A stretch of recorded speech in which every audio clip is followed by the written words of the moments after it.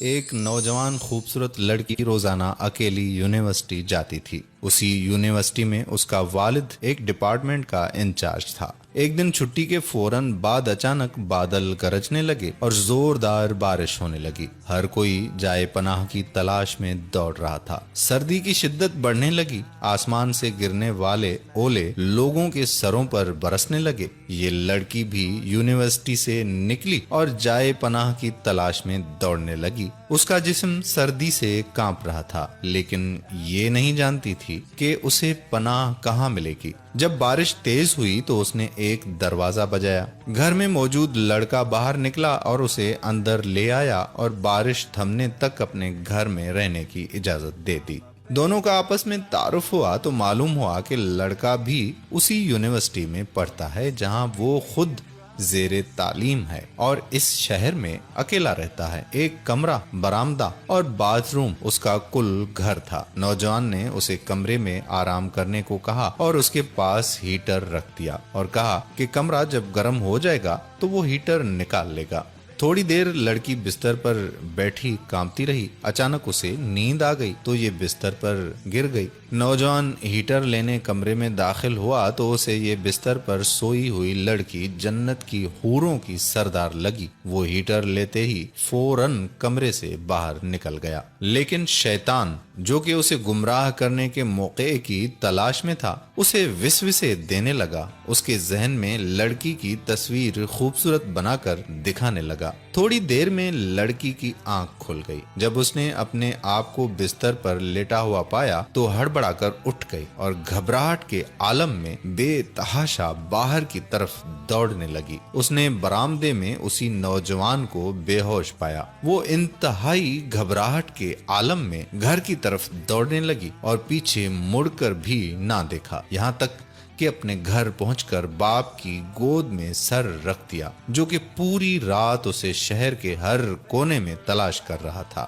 اس نے باپ کو تمام واقعات منو ان سنا دیے اور اسے قسم کھا کر کہا کہ میں نہیں جانتی کہ جس عرصے میں میری آنکھ لگی کیا ہوا میرے ساتھ اور کیا کیا گیا، کچھ نہیں پتا۔ اس کا باپ انتہائی غصے کے عالم میں اٹھا اور یونیورسٹی پہنچ گیا اور اس دن غیر حاضر ہونے والے طلباء کے بارے میں پوچھا تو پتا لگا کہ ایک لڑکا شہر سے باہر گیا ہے اور ایک بیمار ہے، ہسپتال میں داخل ہے۔ باپ ہسپتال پہنچ گیا تاکہ اس نوجوان کو تلاش کرے اور اس سے اپنی بیٹی کا انتقام لے۔ ہسپتال میں اس کی تلاش کے بعد جب اس کے کمرے میں پہنچا تو اسے اس حالت میں پایا کہ اس کی دونوں ہاتھوں کی انگلیاں پٹیوں سے بندھی ہوئی تھیں۔ اس نے ڈاکٹر سے اس مریض کے بارے میں پوچھا تو ڈاکٹر نے بتایا کہ جب یہ ہمارے پاس لایا گیا تو اس کے دونوں ہاتھ جلے ہوئے تھے۔ باپ نے نوجوان سے کہا کہ تمہیں اللہ کی قسم مجھے بتاؤ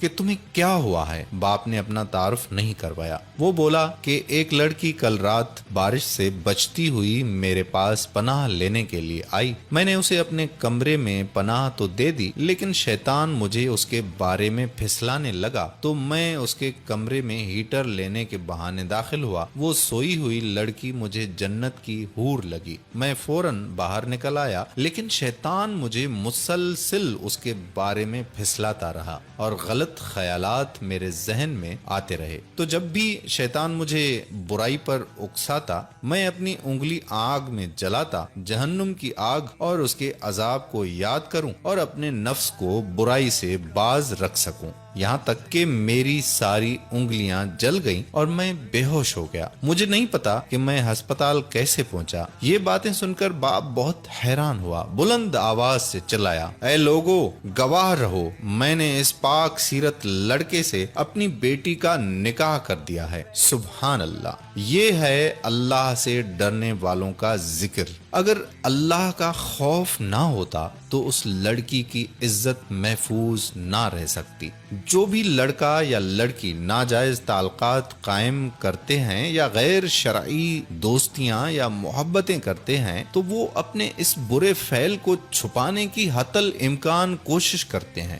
وہ چاہتے ہیں کہ والدین ان کے ان کاموں سے بے خبر رہیں۔ حالانکہ وہ یہ جانتے ہیں کہ اللہ ان کے ہر فعل سے باخبر ہے۔ ایسا کیوں ہے؟ پھر بھی ان کے دل میں اللہ کا خوف پیدا کیوں نہیں ہوتا؟ کیونکہ والدین نے بچپن سے ان کے دل و دماغ میں اللہ کے خوف کے بجائے اپنا ذاتی خوف، رعب اور دبدبا اور سزا کا ڈر ہی بٹھایا ہے۔ اس لیے آج وہ اللہ سے بے پرواہ ہو کر والدین سے چھپ کر گناہوں کا ارتکاب کرتے ہیں۔ اور ایسے بھی والدین ہیں جنہوں نے اپنی اولاد کی تربیت خوف خدا پر کی تو ان کی اولاد نے بھی ہمیشہ برائیوں سے اپنے آپ کو باز رکھا۔ یہ ویڈیو کیسی لگی؟